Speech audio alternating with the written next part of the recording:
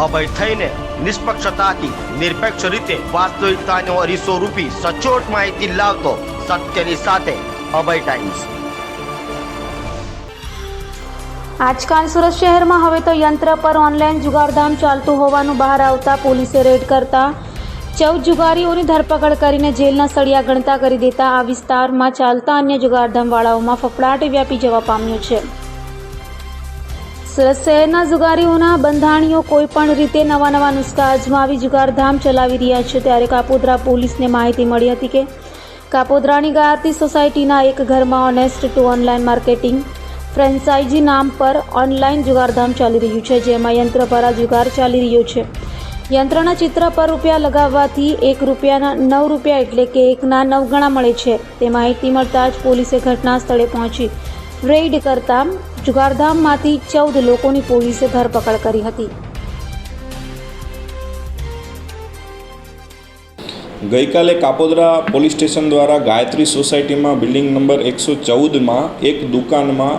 જુગાર અંગેની રેડ કરવામાં આવેલી। આ જુગાર અંગેની રેડની હકીકત એવી છે કે આ દુકાનમાં honest to online marketing franchise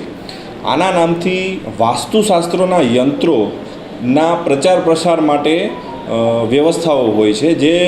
જેમાં ગ્રાહકો વાસ્તુશાસ્ત્રનું યંત્ર લે છે, પૈસા લગાડે છે અને એમાં 5 મિનિટમાં એનો લકી ડ્રો થાય છે અને ચાંદીનો સિક્કો આપવામાં આવે છે, જે કાયદેસરની પ્રક્રિયા ગણી અને બહારથી માણસો બોલાવી અને નથી યંત્રો આપતા કે નથી ચાંદીના સિક્કા આપતા વગેરે મતલબની અમને હકીકત મળેલી, જેના આધારે અમારા સર્વેલન્સ સ્ટાફ અને પોલીસ દ્વારા રેડ કરવામાં આવી। ત્યાં આગળ જોતાં આવા કોઈ યંત્રોનું વેચાણ થતું નહોતું, આવા કોઈ ચાંદીના સિક્કા આપવામાં આવતા નહોતા અને સીધી રીતે બહારથી આવતા માણસોને 10 રૂપિયા, 20 રૂપિયા, 30 રૂપિયા, 40 રૂપિયા,